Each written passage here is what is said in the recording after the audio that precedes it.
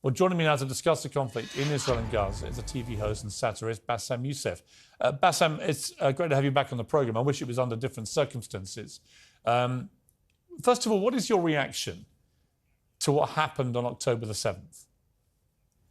Oh, it was terrible, of course. I mean, we kind of get our news kind of also secondhand because, you know, my wife's family, they live in Gaza. They have cousins and uncles there, and their house also was bombed.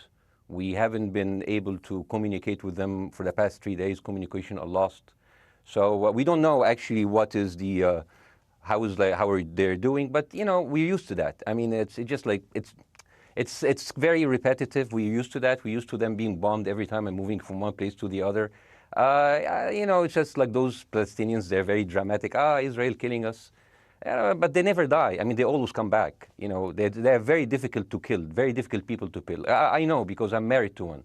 I tried many times, couldn't kill her. I mean, there's a dark humour there, and I understand why. Because oh, it's not dark humour. I try to get to her every time, but she uses our kids as human shields. I can never take her out. Again, I understand the humour, but to be serious, Bاسم, about this, tonight there is... I will be serious. Now, I will be serious. I was watching your interview with Ben Shapiro, and I'll tell you one thing. Yeah. I think that Ben Shapiro is one of the smartest people who ever walked this earth. He's very, very smart. I follow him, and I believe everything he said. And when he came on your show, his solution was, and I quote, his solution was that the solution for this is for Israel to annex Gaza and to kill as many son of bitches as possible to make sure that this will never happen again.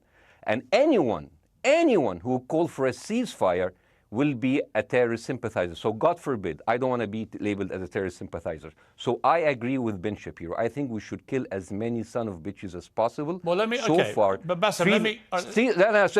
so far, 3,500 people were killed, including 5,000 son of bitches in the bombing of the Baptist hospital as we speak right now. 1/3 of those 3,500 were children. So my question to Ben Shapiro is, how many more son of bitches do we need to kill so Ben Shapiro is happy? Okay, because it changes Bاسm, from 1 year. It changes from one. I'm sorry that. Listen, I'm really at a disadvantage here. I'm looking at a camera. I don't see you. I can hear you on my ears. The reason I'm interrupting is I think you might be. I think you're conflating different interviews with Ben Shapiro. He didn't use the phrase "sons of bitches" with me. Let me play to you what he actually said on my show. He did. Go back to your interview. No, he didn't. That was another interview. But let me play what he said to me here. Well, frankly, I don't believe in proportionate response to terrorism. I believe that the way that you stop terrorism is with wildly disproportionate response. That doesn't mean in terms of targeting civilians. It means in terms of killing as many terrorists as humanly possible and allowing them to dictate the terms of engagement by hiding behind civilians in areas that they are supposedly responsible for means that the only option for Israel is to surrender to Hamas's hatred of its own citizens, its willingness to use its own children as human shields. No country worth its salt could ever do that. Now, that is substantively different to what you said he said, right? He's talking there but specifically about Hamas terrorists. I agree with him. The thing is, the question is, what is a proportionate response? Because it has been different from one tier to another. So if you look to this graph, for example, this is the death of Israeli and Palestinians, and it's changing from 1 year to year. It's like fluctuating like crypto. So my question is today, what is the going rate today for human lives? I mean, 2014 was a great year for Ben Shapiro. 88 Israelis were died, and there was 2,329 Palestinians killed on the other side. That is one Israeli for 27 Palestinians. That is a very good exchange rate. What I'm saying is, what is the exchange rate for today? So you guys will be happy. That's my question. Well, it's not me. It's not me, guys. I'm not on either side. No, not you. Like when I say you guys, I say like people on the other side of that. I know that you don't think like that, Piers. You're one of the good guys. But let me tell you something. I mean, the reason that I'm using this is that, I mean, I can't remember what happened in 2014, and there was no music festival, but there must be something. I mean, they must do something. It is their fault. It has to be something. I mean, 2018, 300 Palestinians died. Who's counting, you know? So the thing is, what my question is, let's find what is the exchange rate for human life today so we know, expect the future death of Palestinians and will be happy to it. My response to that would be this, Bاسm. I've thought carefully about this because I think it's very tricky for people like me to immerse ourselves into a conflict where we're not directly involved. And I thought carefully about what I feel about this. I feel that the scale of what Hamas did on October the 7th supersedes anything else I've seen in this conflict, really ever. The savagery, the butchery, the slaughter of 1,300 people, the shooting of babies, the 100%. kidnapping of grandmothers and so on. So if we can agree on that, which I think is inarguable, then the question then becomes, again, about proportion. I don't disagree that there's been a lot of bad stuff on both sides going back historically for decades. But if we agree that this was on a different level altogether, quite deliberately by Hamas, designed to provoke. No, here's my question. Let me ask you a question. And the question, because you raised it earlier about proportion. I honestly don't know what the proportionate response is. I honestly don't. I don't. I've been watching the airstrikes this week thinking... So what's your question? Well, I would ask you, if you were Israel, what would you... If I was Israel? If you were Israel and that had happened to you, what would you think would be the appropriate way for the country to respond? I would do exactly like Israel did, kill as many people as possible, since the world is letting me do it. I mean, I can do it because I can, you know? But the thing is, you know what? I agree with you. And you know what? I'm going to be even ahead of you, because I see the question coming. Do you condemn Hamas for the atrocity? Yes, I condemn Hamas. I condemn Hamas. I condemn Hamas is the source of all evil. They're a reason for everything. And you know what? Let's, for a minute, imagine a world without Hamas. Right. What will this world look like? Let's give this word a name, and let's name this word the West Bank. Hamas has absolutely no control in the West Bank, and since the beginning of this year, only through August, 37 Palestinian kids were killed. No music festival, no paragliding, no Hamas. Since the occupation of the West Bank, 7,000 Palestinians were killed. No music festival, no paragliding, no Hamas. I can go on and on and on and on. No, but you don't need to, because in a way you're preaching to the choir. I've followed this crisis. Oh no, you're not preaching. So the thing is, like, well, in the sense that I know that what you're saying has validity. Of course, Piers. By the way, Piers. I am at a disadvantage here. I can hear you. I cannot see you. I am in a claustrophobic room, and so please cut me some slack and don't interrupt me and interrupt my points. Sure. So, because this has to be fair. Understand. Because if you want to only hear your opinion, I can just condemn Hamas and go home. I can do that. So, do you want to do that, or do you have a much more nuanced conversation? No, I absolutely want to have a nuanced conversation. I wasn't aware I was interrupting you. I thought I was letting you speak. Amazing. So let's. I mean, I would say I really applaud Israel for doing one thing that no military force in the world does. Because I heard Ben Shapiro and I heard Ron DeSantis, and they said Israel is the only military force in the world that warns civilians before bombing them. I mean, how fucking cute. That is so nice of them. Because with this logic, if Russian troops started warning Ukrainians before bombing their houses, we're cool with Putin, right? I mean, okay, Habibi, you have warned them, go invade. It's fine. You have done your job. I mean, the thing is, and I understand, and I also heard Ben Shapiro talking about Human Shield. So you remember my wife's family, they live in Gaza. So I asked them, I told them, when Israel give you the nice warning, the cute warning, does Hamas force you to stay in your home so you can be bombed and use as human shield? You know what, Hassan, here, my wife's cousin, he's a loser, you know. He told me, you know, when I asked him, does that happen? He told me, no. The lying son of a bitch lied to me. I told him, you don't understand. Ben Shapiro and Ron DeSantis keep saying that Israel warned you and Hamas asked you to stay put. So I told you, he's a loser. He never kept a job. He even failed in all of the interviews to become like a human shield. I would believe Ben Shapiro. Let me ask you this, So let's go with that. No. Let me ask you this. At some point, I must be able to ask you questions.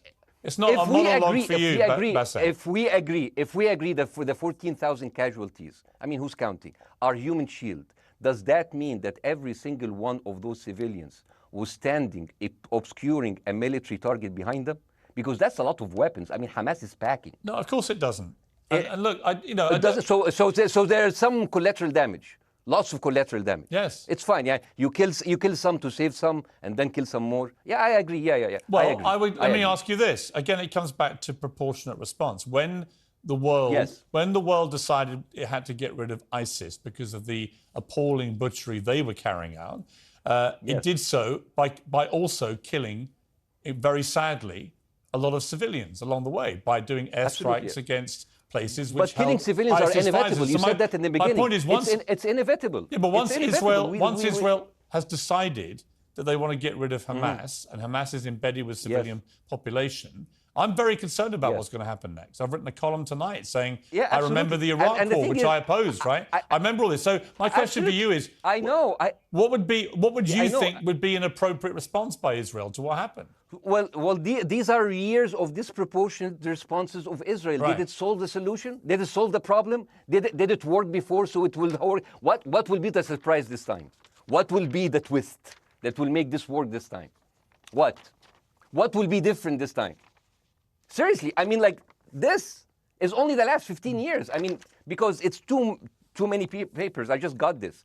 But how will this be different? And the thing is, I am so glad in the introduction that you mentioned the Iraq War. I applaud you, Piers, for saying that, because you were honest about it. You said that spreading lies like WMDs make people look at those people as less of humans, and they would accept the death of 1 million Iraqi, whether by sanctions or by invasion, right? You are a good man. This is amazing. And you know what is similar? Is when you spread the lies of 40 decapitated babies, although it was refuted. So what happens when people hear that, killing babies is horrible.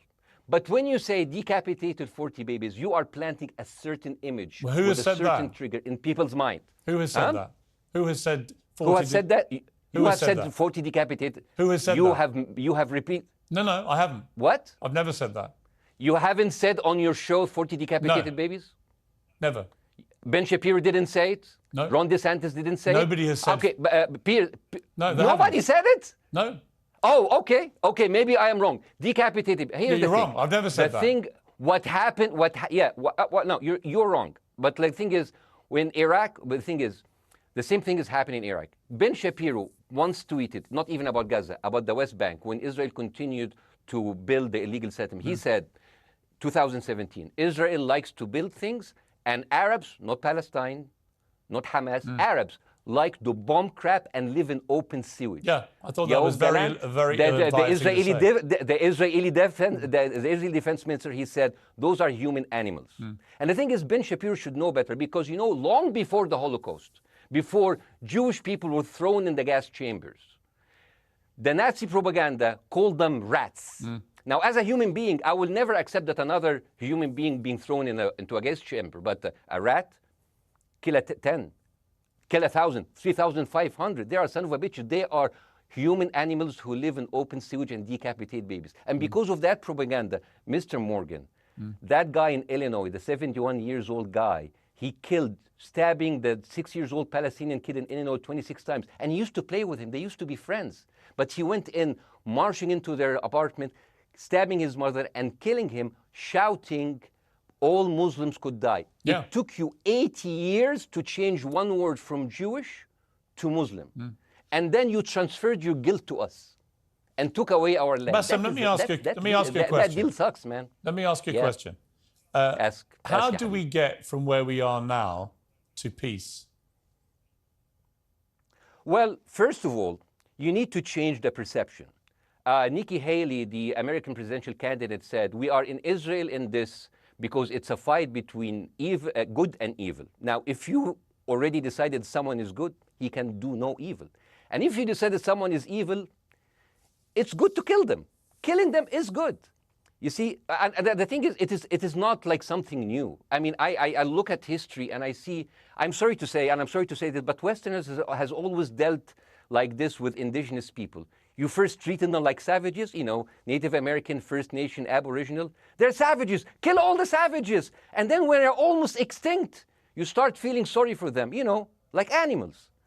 So maybe the solution is that we kill as many Palestinians as possible, so the few of them that remains do not bother you. And maybe Netanyahu, when he lives for another 100 years, he'll become a tree hugger. Let me just challenge you on this. And he will campaign for preserving the free Palestinian. You keep talking about Westerners like me. Okay, so let me return the favor, okay? Hamas is dedicated to the complete eradication of Jewish people. I am not the spokesman for Hamas. I'm not saying you are. Why do you keep... I'm not saying I'm you not are. their spokesman. You're talking to me. I fucking hate them. Bassem, Fuck Hamas. you are Hamas. No, are no. you happy? You're missing my point. You're talking in a generalized way about people in the West who always talk about Arabs as savages. I don't. No. I'm talking I about never have. America. About I actually led the campaign. I led the media campaign in this country against the Iraq War. Okay, so I don't see. I don't see people in the Middle East as savages. You are one of the good ones. But what I would say is, I'm not talking about you. You're great. No, it's not about me being amazing. great. We love you. It's about the way Hamas behaved on October the 7th was like savages. Like a pack of savages. It was the worst atrocity against Jewish people since the Holocaust. There has to be, of course, there has to be a response. They should be eradicated. My question for you is, notwithstanding the history, Baasim, what is the proportionate response? But I don't know. But there's no Hamas in the West Bank, and they're still dying there. So what's your excuse? I don't have any excuse. Okay, what's your explanation? Sorry, my earpiece went down. Listen, I don't make any pretense that this hasn't been a massive problem between Palestine and Israel going back to the mid-40s. We all know this, right? Piers, listen. I'm not saying that you're making excuses, but if you are adopting a certain point of view, you have to at least defend it. I'm telling you, there is no Hamas in the West Bank. What is the excuse? Not your excuse. What is the excuse to kill those people? Well, listen, this question of proportionality is one that... No, answer my question! I've been answering your question, you answer mine. It's actually not my job to answer your questions. It's not. Okay, not your job. Not. I agree with you. I'm more interested in you, who has family in Gaza, who's an Egyptian in the Middle East, right? I'm more interested in what you have to say. Okay, I'm telling you. I think Hamas is the problem, okay? Right. Now, let's say Hamas is removed. Let's Hamas. I'm agreeing with everything. You want me to condemn Hamas? I will condemn Hamas, Hummus, Hassan, everybody. Guys, so wait. I can't hear you. The earpiece. Damn. Okay. Oops. Okay. Yeah. Okay. I do need help. I think. Okay. Just go back. Is he there?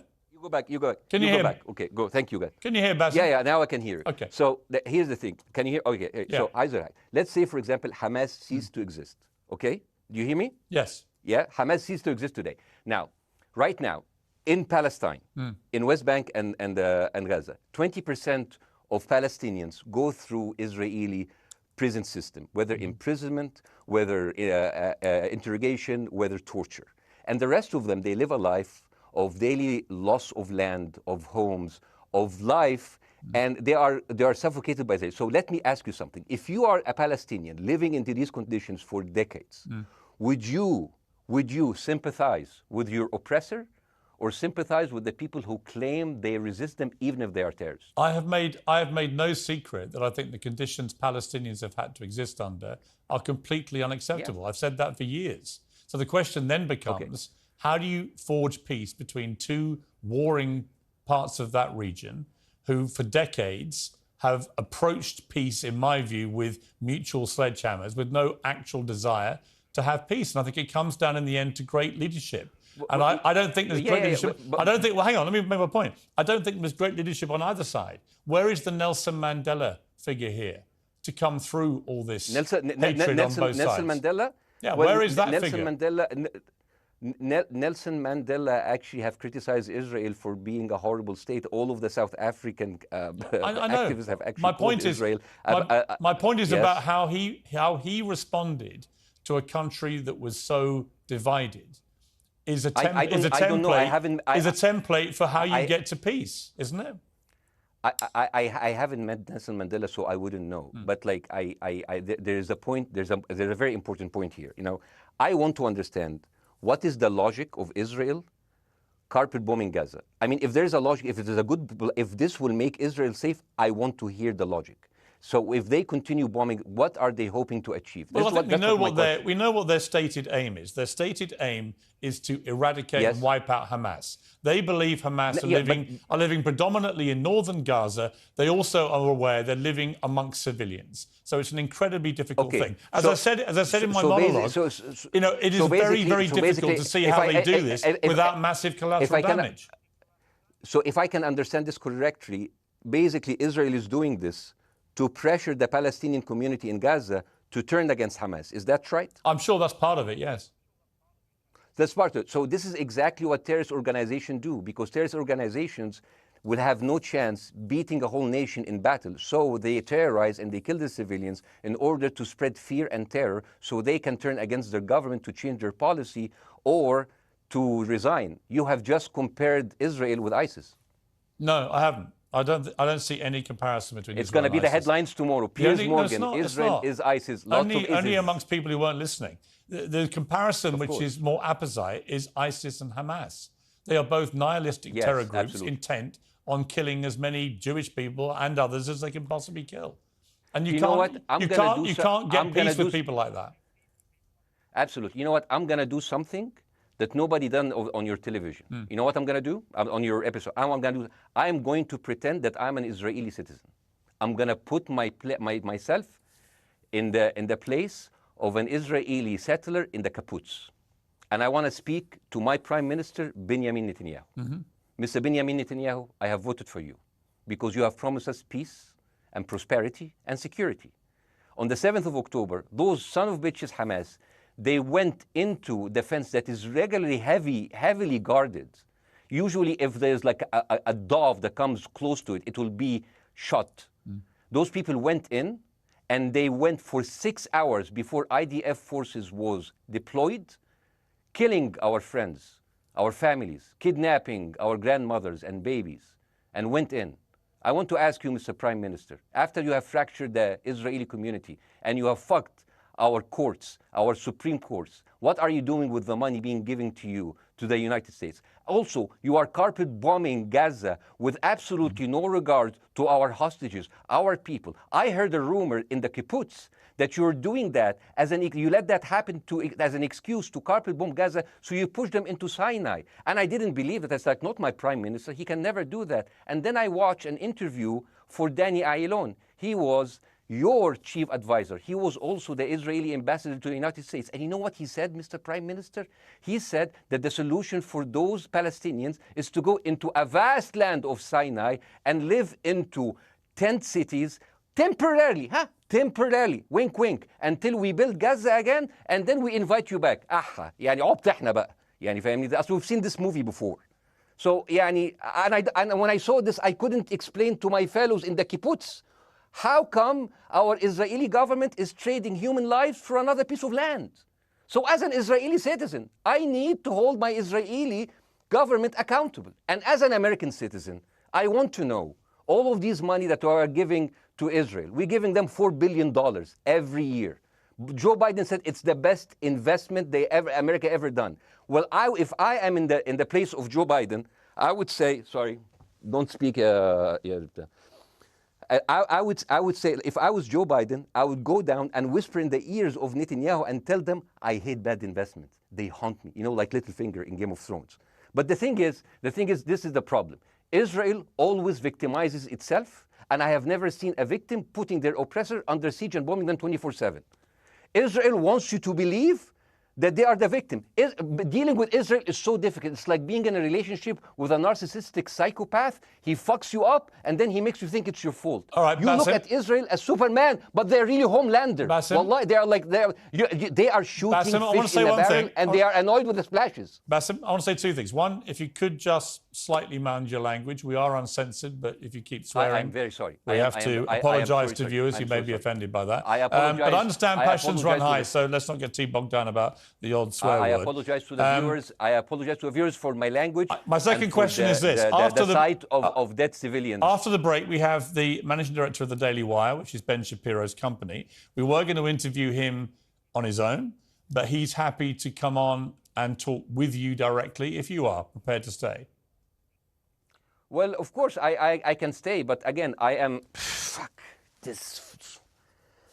I am in a disadvantage, and I would like to have my space to respond. Okay, we'll come back after the break. Stay there, Bassem. Because here's the thing. There's two things we're going to go to a break. All right. When we come back from the break, we'll be you and Jeremy Boring from the Daily Wire. I have news. We're taking a short break, Bassem. I'll be back. Welcome back to Uncensored. For more on the situation in Israel, I'm joined now by the CEO and co-founder of the Daily Wire, Ben Shapiro's partner, Jeremy Boring. Jeremy, thank you very much indeed for joining me. I'm sorry we demoted you earlier to mere MD. You are the CEO and co-founder. You know Ben Shapiro better than anyone, really. I did a big interview with Ben, obviously, the other night, which went around the world and has sparked a big reaction, including from our guest, Bassem Youssef, who's still with us.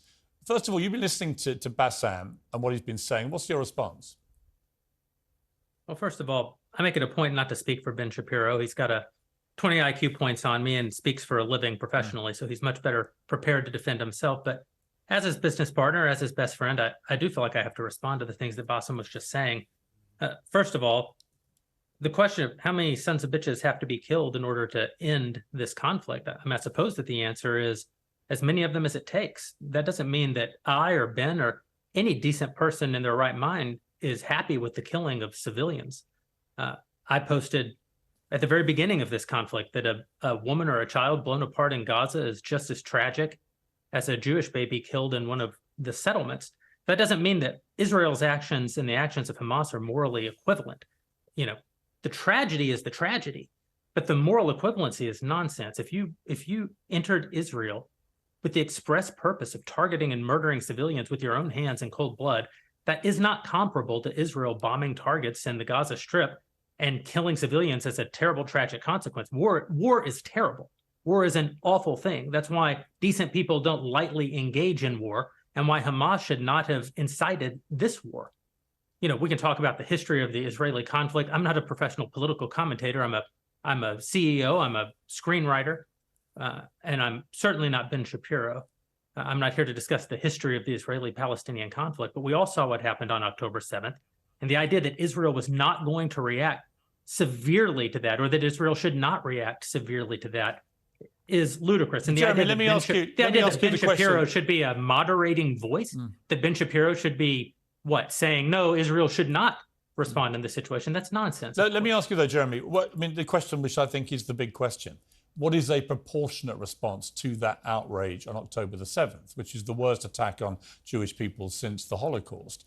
What is proportionate? If it's true, as reports are suggesting tonight, that there may have been a hospital hit by an Israeli strike and up to 500 people or more have died, that would seem to me, if that is verified, and it's not verified yet, you know, we don't know exactly what has happened other than there's been a hit on this hospital. But if that is verified to have been an Israeli strike, that will strike many people as disproportionate.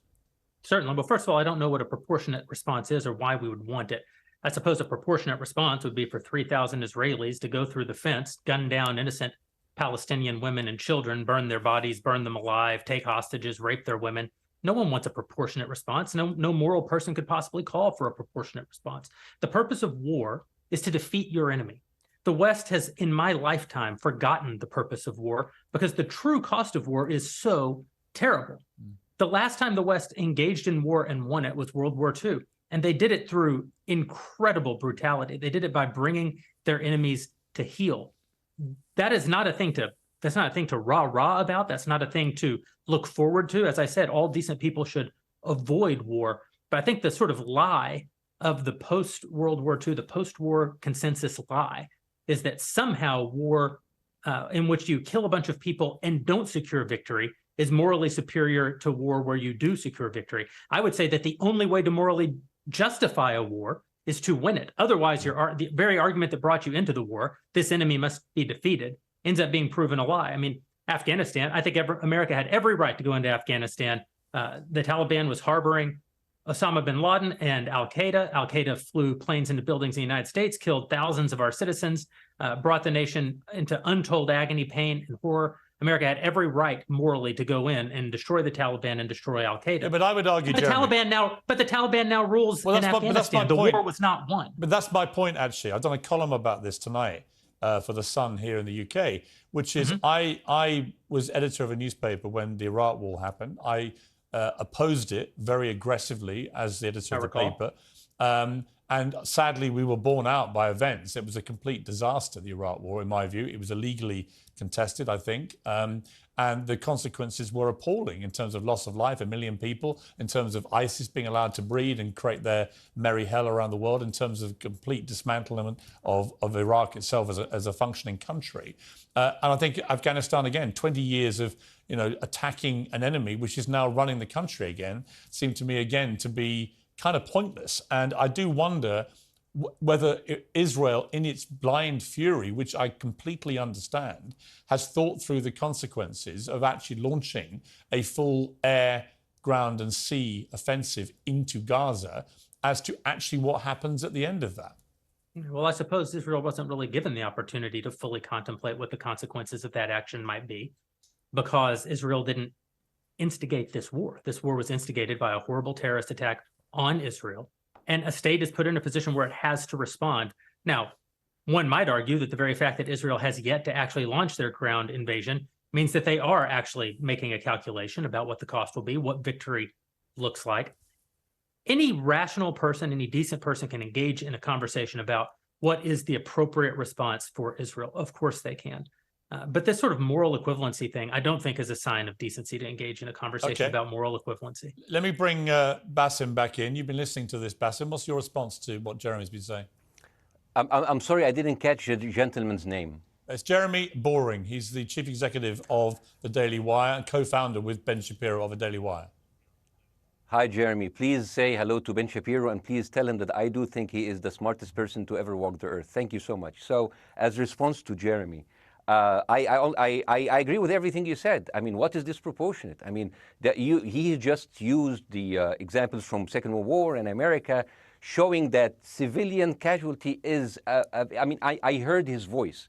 He was very sad, and as he was telling us, it is so inevitable to kill so many civilians because it's something that we cannot avoid. I hear the sadness in his voice, and I know that it's a very difficult decision to kill all of these civilians, because that's for a higher cause. And I understand, but my question, I have two questions. The question is, how can you justify the killing in the West Bank where Hamas does not exist? And if the disproportionate response during over all of these years have actually worked, what will be new this time that did not happen before? I just want to. That was my question. Okay, that was my question. I'm gonna. Okay. So now, if I ask the question, can I say something on my side? Well, a little bit personal. Baasim, with respect, a little bit personal. Baasim, with respect, I gave you half the show to have your side. Jeremy's had a lot less time. I'm going to have to. You want me to leave? Baasim, I'm going to have to let you go because we've been on there with you for 40 minutes. Okay. Bye bye. But listen, bye. I would like to talk to you again, and thank you for joining the program. I appreciate it. Oh, by the way, my wife's family is all right, and they sent us a house. It's bombed. It's beautiful. It's going to be a good like Halloween theme. So I'm very sorry for what your family are going through in Gaza, and I mean that very sincerely. By the way, I don't know. I don't know I don't know him. By the way, I haven't actually met them. They didn't even come to my wedding. They couldn't because they are stuck in Gaza. Okay. And she never saw them because, Gaza is not a destination. Baasim, as I say, we hear their voices, and it's they die. It's fine. It's fine. Baasim, I wish your family all the very best. Thank you for joining me. I appreciate it. I don't. Thank you.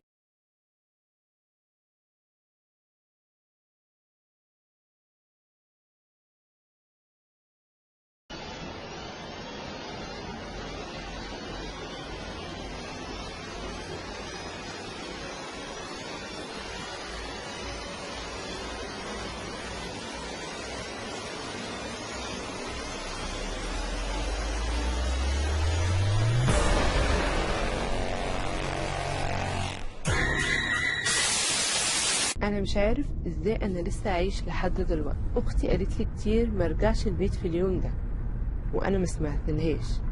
كان اليوم ده حفلة عيد ميلادها، وللأسف يوم عيد الميلاد كان يوم الاثنين.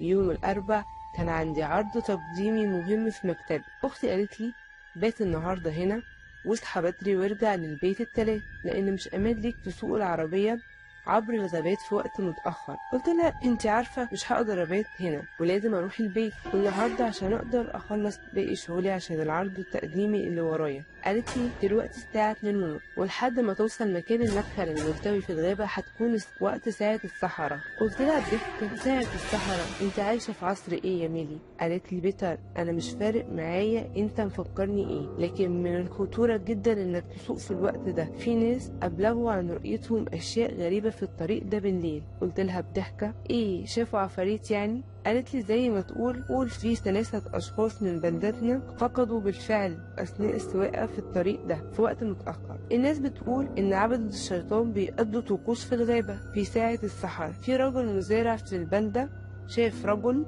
بيعبر الطريق وكان لابس على راسه غزالة. قلت لها ده بجد؟